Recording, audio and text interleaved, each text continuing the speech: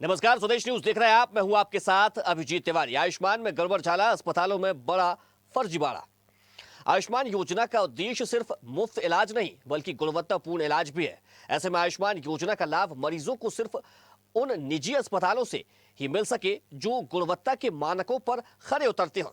केवल वही अस्पताल आयुष्मान में रहे जहां मरीजों की जान से खिलवाड़ ना हो और गुणवत्तापूर्ण इलाज और सुविधाएं माकूल हों। इसी उद्देश्य को लेकर सरकार ने आयुष्मान योजना के मापदंडों पर खरे नहीं उतरने वाले अस्पतालों पर एक्शन लिया है। जहां प्रदेश के 126 निजी अस्पतालों की आयुष्मान योजना के लिए मान्यता खत्म कर दी गई है। भोपाल, इंदौर, ग्वालियर और जबलपुर में यह कदम उन अस्पतालों पर उठाया गया है जिन्होंने NABH सर्टिफिकेट की जानकारी तय समय में नहीं दी। हालांकि पहले इन अस्पतालों को नोटिस देकर मौका दिया गया था, लेकिन जवाब न मिलने पर यह कड़ी कार्रवाई की गई है। अब इन 126 अस्पतालों में आयुष्मान योजना के तहत मुफ्त इलाज बंद हो गया है। इन बंद हुए अस्पतालों में भोपाल के 51, इंदौर के 30, ग्वालियर के 33, जबलपुर के 12 अस्पताल हैं। सरकार का कहना है कि यह कदम स्वास्थ्य सेवाओं की गुणवत्ता सुधारने के लिए उठाया गया है। NABH सर्टिफिकेट के जरिए अस्पतालों की सुरक्षा, इलाज की गुणवत्ता और मानकों की जांच होती है। अब अस्पतालों का भुगतान भी परफॉर्मेंस और क्वालिटी के आधार पर किया जाएगा। मुफ्त इलाज की सबसे बड़ी योजना आयुष्मान भारत में धोखाधड़ी और अनियमितताओं को रोकने के लिए सरकार ने जीरो टॉलरेंस नीति अपनाते हुए सख्त कदम उठाए हैं। हालांकि इससे आयुष्मान कार्ड पर भरोसा करने वाले लाखों गरीब, वंचित और आदिवासी परिवार इलाज पर इसका सीधा असर पड़ेगा। भोपाल, इंदौर, ग्वालियर और जबलपुर जैसे बड़े शहरों में 80% निजी अस्पताल इस नियम से प्रभावित हो सकते हैं। मरीजों को अब बड़े अस्पतालों की ओर जाना पड़ेगा। तो भारत सरकार की ओर से आयुष्मान भारत योजना की शुरुआत की गई थी, जिसके तहत जो ऐसे गरीब लोग हैं जो अपना खर्च वहन नहीं कर सकते थे इलाज का, उनको इस योजना का लाभ दिया जाता था और वे निजी अस्पतालों में पहुंच करके अपना इलाज करा सकते थे। लेकिन NABH जो कि अस्पतालों की गुणवत्ता को मापती थी, देखती थी कि क्या वहां पर तमाम सारी जो गुणवत्ता है, व्यवस्थाएं हैं मरीजों के इलाज को लेकर, वे है या नहीं है। लेकिन उस पर, उसके मापदंड पर कई सारे अस्पताल खड़े नहीं उतर पाए हैं, जिसके बाद उन पर सभी पर चाबुक चला है और उनकी 126 अस्पतालों की जो मान्यता है आयुष्मान की, उसको खत्म कर दिया गया है। तो इसी मुद्दे पर करेंगे आज चर्चा, लेकिन उससे पहले अपने मेहमानों से परिचय करवा देते हैं।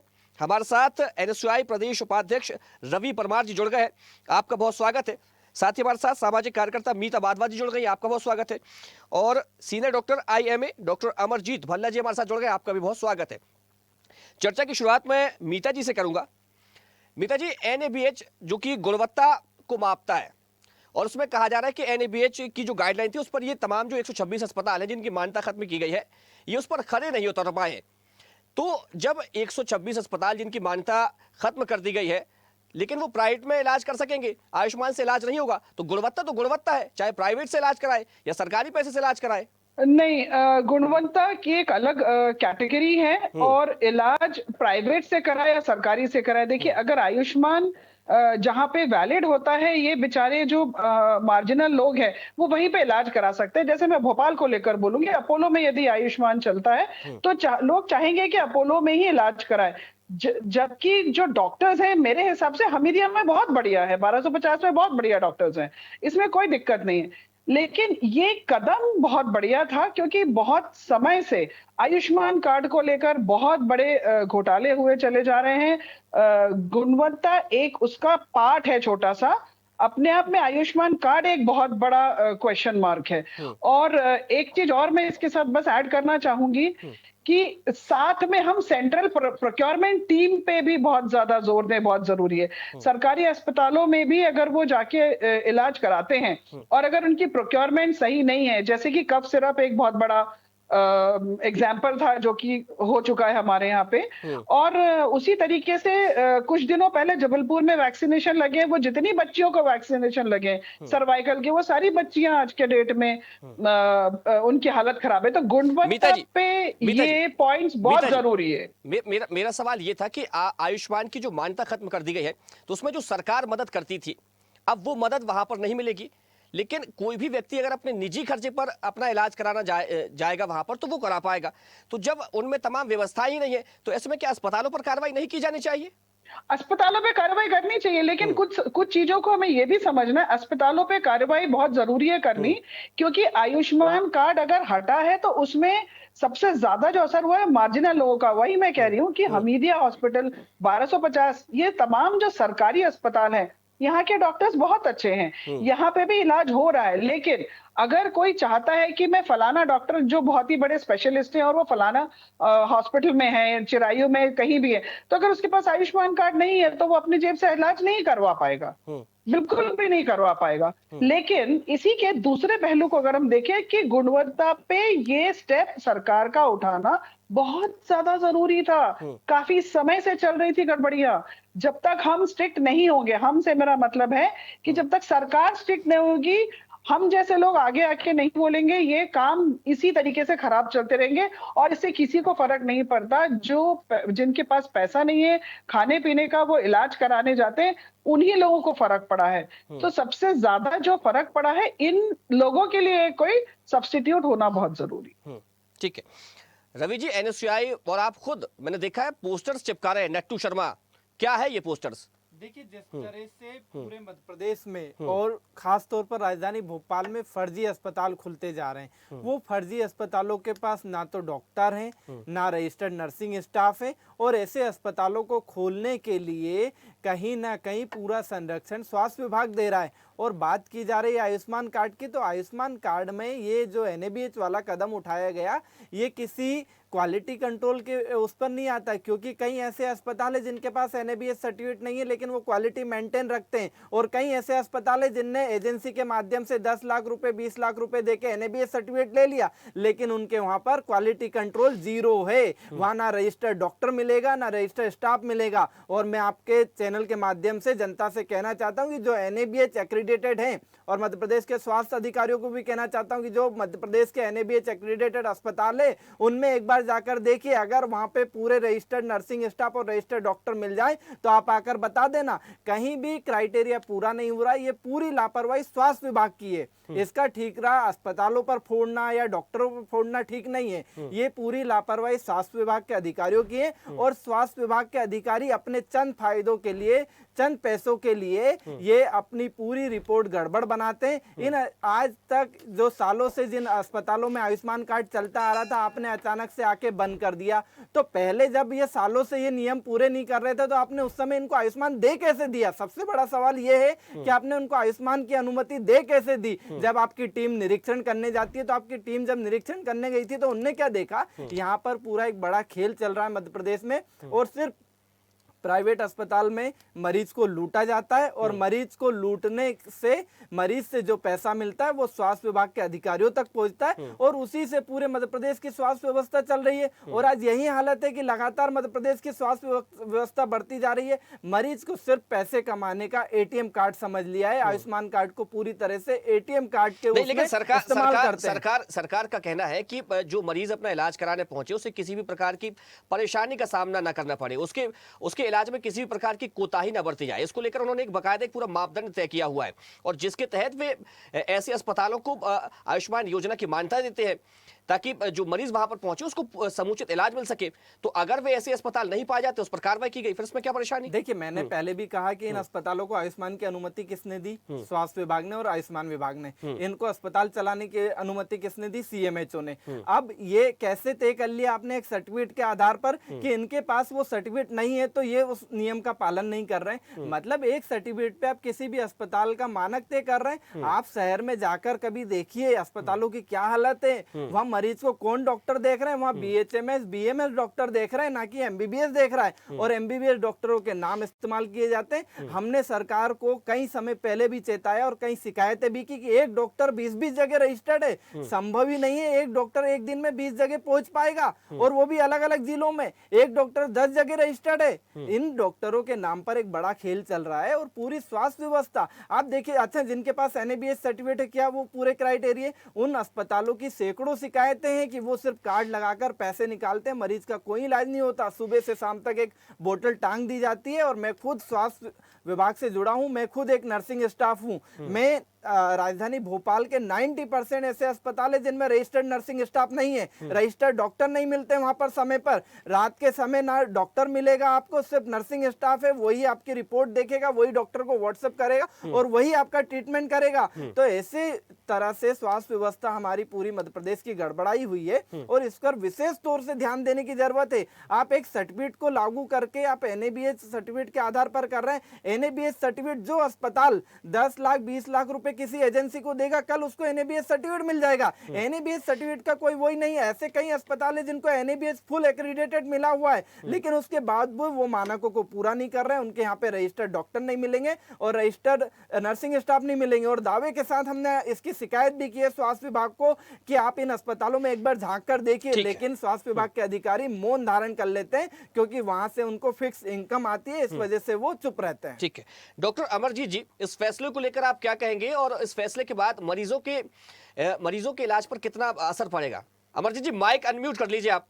अमरजीत जी क्या आप मुझे सुन पा रहे हैं? आप माइक अनम्यूट कर लीजिए अपना। जी जी मैं पहले तो ये कहना चाहूंगा कि जो आयुष्मान योजना सरकार ने शुरू की है ये बहुत अच्छी योजना है, क्योंकि हम देखते हैं कि पहले कोई भी ऑपरेशन या इलाज जिसके मरीज बहुत थोड़े रहते तब बहुत ज्यादा होने लगे हैं, ऑपरेशन बड़ी संख्या में होने लगे। इसका मतलब मरीज इस योजना की वजह से घर से बाहर आ रहा है, अपना इलाज करा रहा है। ये एक अलग पक्ष हो गया। एनएबीएच का जहां तक सवाल है, तो एनएबीएच से एक स्टैंडर्ड सेट होता है, एक प्रक्रिया एक तय होती है जो कि अस्पताल के भी हित में है और मरीज के भी हित में है। लेकिन उसे बहुत ज्यादा बड़े स्तर पर लागू करना फुल स्केल, ये छोटे अस्पतालों के लिए बिल्कुल भी सही नहीं है।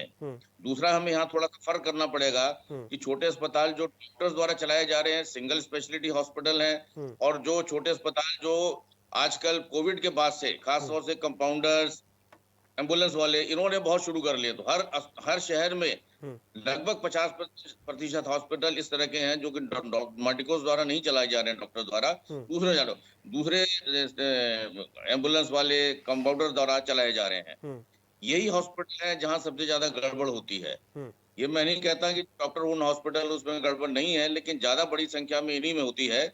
और एनएबीएच की बाध्यता जो है, जैसा कि पूर्व वक्ता ने किसी ने बताया है, ये बात सही है कि एनएबीएच की सर्टिफिकेशन भी किसी तरह से भी प्राप्त किया जा सकता है। फुल एनएबीएच को प्राप्त करना और उसको लागू करना एक खर्च को बहुत ज्यादा बढ़ाता है, क्योंकि उसमें जितनी बड़ी संख्या में डॉक्टर्स, इंफ्रास्ट्रक्चर चाहिए, तो ये हर मीडियम साइज के हॉस्पिटल, छोटे हॉस्पिटल के लिए संभव नहीं है। और मरीज बहुत बड़े हॉस्पिटल में जाए वो भी संभव नहीं है, तो उसको कहीं ना कहीं छोटे अस्पतालों में जाना ही पड़ता है, तो उसका संपर्क छोटे अस्पतालों से जल्दी होता है। दूसरी चीज, आयुष्मान योजना के अंतर्गत भी कई बहुत सी डिस्क्रिपेंसीज हैं, बहुत से व्यवहारिक उसमें रेट्स हैं। जैसे कि अगर आईसीयू में पेशेंट एडमिट होता है तो नॉर्मल सामान्यतः 5,500-6 हजार रुपए प्रतिदिन का मिलता है, जिसमें आपका बेड का है, उसमें ऑक्सीजन है, उसमें सामान्य जांचें हैं, उसमें दवाइयां हैं, उसमें डॉक्टर्स की देखभाल है। इतने कम पैसे में अगर कोई वाकई में गंभीर मरीज है, उसका इलाज करना संभव ही नहीं है। तो उसमें ये ऐसी चीजें हैं जो अव्यावहारिक जो दरें हैं, वो अस्पतालों को, डॉक्टर्स को हो सकता है कि प्रेरित करती हूँ, बाध्य करती हूँ कि वो कुछ ना कुछ अपने जो सिस्टम है उसे डिविएट करके इलाज करने की कोशिश करें। उदाहरण के तौर पर मैं आपको बताऊं, जैसे एल्बुमिन है, एक मरीज है जो लीवर का पेशेंट है या बहुत सीरियस है, उसमें अगर एल्बुमिन की कमी आ गई, जो कि एक बोतल लगभग 5,500 की आती है, तो वो एल्बुमिन उसमें नहीं आता। कुछ सीमित बीमारियां हैं जिसमें वो 2 बोतल या 3 बोतल की आयुष्मान अलाउ करता है, बाकी मरीज को खुद खरीदनी पड़ती है। एक तरफ तो आपने 5 लाख रुपए तक का लिमिट दिया हुआ कि 5 लाख रुपए का इलाज होगा, लेकिन उसके ऊपर कैपिंग इतनी ज्यादा कर दी है कि आप 5 लाख का मतलब कहीं पर अगर 50,000, 60,000 उससे ज्यादा आप इस्तेमाल नहीं कर सकते। तो ये अव्यावहारिक जो उसमें, इस पे देखिए, उसमें दो है, एक तो सरकारी मशीनरी है, दूसरा जो टीपीए है, क्योंकि ये जो आयुष्मान योजना जो है, ये जो टीपीए जैसा कि प्राइवेट में मेडिक्लेम के लिए होता है, थर्ड पार्टी एडमिनिस्ट्रेटर, उसके द्वारा इसका भुगतान किया जाता है, लागू की जाती है। टीपीए का हमेशा इंटरेस्ट रहता है कि हम इसको दरों को कम से कम रखें और बहुत सी चीजों को इसमें से बाहर रखें हम। वही चीज हुआ है, और ये हर प्रदेश में एक जैसी नहीं। यूपी में अलग बीमारियां उसमें शामिल की जाती हैं, अलग दरें हैं, मध्य प्रदेश में अलग है, महाराष्ट्र में अलग है। तो ये इसको व्यवहारिक करने की जरूरत है। और जब अगर 5 लाख का अगर एक लिमिट दी हुई है, तो उसमें अगर मान लीजिए कोई एक सीरियस पेशेंट एडमिट हुआ, तो उसमें ये कैपिंग क्यों कि 5,500 ही है। उसमें जो दवाइयां चल रही हैं आप उसको वेरीफाई करिए। जैसे बहुत से टीपियां हैं, वो अस्पतालों में आकर जांच करते हैं, वाकई में पेशेंट एडमिट है कि नहीं है, वाकई में उस बीमारी में एडमिट है कि नहीं है। तो ऐसी व्यवस्था आप बनाइए कि अपना वहां पर जाके मरीज के भर्ती रहने के द्वारा जांच करिए। लेकिन जो है मरीज को जरूरत आवश्यकता है वहां पर उसको आप दीजिए। जहां तक आपने एनईबीएच का कहा, ये मैं इस बात से मैं सहमत हूं कि एंट्री लेवल का अगर आप करते हैं तो वो ठीक है, उस अस्पताल के जो सिस्टम्स हैं वो सुधरते हैं। लेकिन फुल स्केल एनईबीएच को लागू करना अव्यवहारिक है, जो कि बहुत से सिंगल स्पेशलिटी जो छोटे अस्पताल 20-25 बेड के 30-40 बेड के हॉस्पिटल हैं, जो सिंगल डॉक्टर द्वारा, जैसे कोई गायनेकोलॉजिस्ट है या कोई दूसरे सर्जन है वो अपना अस्पताल चला रहा है, यूरोलॉजिस्ट है, तो वो सारे इसमें से एलिमिनेट हो जाएंगे। तो ये थोड़ा सा व्यवहारिक कदम है, तो उसको थोड़ा सा करेक्ट करना चाहिए, क्योंकि एक एक चीज से आप सबको नहीं हाँक सकते, आपको थोड़ा सा उसमें व्यवहारिकता इसमें लानी पड़ेगी। सर देखिए, इन 126 अस्पतालों में जो मरीज अपना इलाज करा रहे होंगे, अब उनके लिए तो परेशानियां खड़ी हो गई हैं। बिल्कुल परेशानी खड़ी होगी, बिल्कुल परेशानी खड़ी होगी, तो एकदम से बाहर नहीं करना। इसमें इनको एक नियम बनना चाहिए। इसके लिए देखिए, डॉक्टर्स की संस्थाएं हैं, नर्सिंग होम एसोसिएशन है, इंडियन मेडिकल एसोसिएशन है, मैं पूर्व अध्यक्ष रहा हूं प्रदेश का। तो इन सब से एक बार बैठ के चर्चा करनी चाहिए, और बिना आप जो उसमें स्टेक होल्डर्स हैं उनसे आप चर्चा नहीं कर रहे हैं, अपने मन से आप कुछ भी निर्णय लेकर उसको लागू कर रहे हैं, ये उचित नहीं है। ठीक है, क्या कहेंगे मीता जी? ये जो पॉइंट अभी डॉक्टर साहब ने बोला बिल्कुल सही बात है कि आप बिना सोचे समझे जमीनी तौर पे आपने समझने की कोशिश ही नहीं करी कि आज इतने हजारों मरीज जो एडमिट हैं, हॉस्पिटलाइज्ड हैं, उनके आगे क्या मतलब क्या हालत होने वाली है, उनकी दवाइयां कहाँ से आएंगी, वो इलाज कहाँ से कराएंगे। और रवि जी का जो कहना है ये एग्जैक्टली सही है, क्योंकि जब भी हम किसी भी फैसिलिटी के लिए किसी भी हेल्थ इंस्टीट्यूट में अगर हम जाते हैं तो हर जगह इतना ज्यादा आजकल पैसों का हो गया है। मैं खुद रेस्क्यू करके जब लेके जाती हूँ और अगर उनका आयुष्मान कार्ड नहीं होता है तो वहां पे हमें इतनी दिक्कतों का सामना करना पड़ता है, और पता चलता है कि वहां पे जो आयुष्मान का एक छोटा सा ऑफिस है और वो जो जिसको वहां पे रिस्पॉन्सिबिलिटी दी गई वो गायब है। 2-2 दिन तक, 3-3 दिन तक वो आया ही नहीं है, तो जाए कहाँ इंसान। तो पैरामीटर्स जो हैं वो कम से कम एक मेडिकल एसोसिएशन है, कोई भी डिसीजन होता है उसका एक एसोसिएशन होता है, आपको उस एसोसिएशन से बात करनी चाहिए। लेकिन ये हम भूल जाते हैं कि इन सब से आप हम जैसे लोगों को फर्क उतना नहीं पड़ता है। जो जनता है, जो मार्जिनल जनता है, जिसके पास उतने पैसे नहीं है, वो हमेशा बड़े हॉस्पिटल में जाके इलाज नहीं करा सकती है, वो आयुष्मान कार्ड लेकर पास के ही हॉस्पिटल जाएगी। और आजकल गली सड़कों में इतने छोटे छोटे हॉस्पिटल खुल गए हैं कि कोई जाके वहां पे एक डॉक्टर का सर्टिफिकेट नहीं मांगता है। छोटा सा इलाज है, किसी के पैर ही टूट गया है, पैर टूट के उसको हॉस्पिटलाइज होना है, तो वो तो आयुष्मान कार्ड इस्तेमाल करेगा। अब कहाँ जाए इंसान, किसी को नहीं पता, पड़ा हुआ है वो, एक महीना हो जाता है, सिर्फ उसके पैर एक्सीडेंट से उसका पैर टूट गया, हम उसको रेस्क्यू करके लेके गए हैं और वो एक महीने पड़ा हुआ है। क्यों? क्योंकि उसके आयुष्मान में जब तक 5 लाख रुपए तब तक चल रहा है हॉस्पिटल। तो ये जो मान्यता हटाई है, ये बहुत अच्छा स्टेप है, लेकिन इसके बाद रिजल्ट क्या है भाई? आप करप्शन उतना ही है, आप एसोसिएशन से बात कर नहीं रहे हो। मेरा कहने का सिर्फ यही मतलब है कि जो इफेक्ट होता है वो हमेशा वो पब्लिक होती है फैसले के बाद जो बेचारी कुछ कर ही नहीं सुधार सकती होता है। हुआ नजर आएगा या फिर तस्वीर जस की तस नजर आती रहेगी? सुधार डेफिनेटली है कि जिसके पास पैसा होगा वो काम करेगा, जिसके पास पैसा नहीं होगा वो काम नहीं करेगा। आयुष्मान अपने आप में एक बहुत बड़ा कुआं है, बहुत अच्छी पॉलिसी है, बहुत फायदेमंद पॉलिसी है, जिनके साथ जिनके अपने कार्ड्स हैं उन्होंने बहुत फायदा उनको हुआ है, लेकिन 10 में से 2-3 लोग हैं जिनको फायदा हुआ, बाकी बेचारे बहुत तकलीफ में हैं, बहुत बुरा हाल है सिस्टम का पूरे। ठीक है रवि जी, देखिए पहले देखते थे कि जो गरीब व्यक्ति होता था वो अपने इलाज के लिए अक्सर सरकारी अस्पतालों में भटकता रहता था, लेकिन फिर आयुष्मान योजना आई, उसके बाद अब प्राइवेट अस्पतालों में भी जो है वो गरीब व्यक्ति पहुंच जाता है अपने इलाज के लिए और उसका इलाज वहां पर होता भी है। लेकिन जो पैमाना तय किया गया है, सवाल मैंने पहले भी एक किया था, तो पैमाने में जो क्राइटेरिया तय कर दिया गया है उसके बाद फैसले को लेकर क्यों बार बार नाराजगी जताई जा रही है? देखिए, जिस तरह से आयुष्मान योजना है वो केंद्र सरकार की योजना है। पहले तो राज्य सरकार को इसमें कोई भी बदलाव करने और डिसीजन लेने का वो नहीं है राइट्स।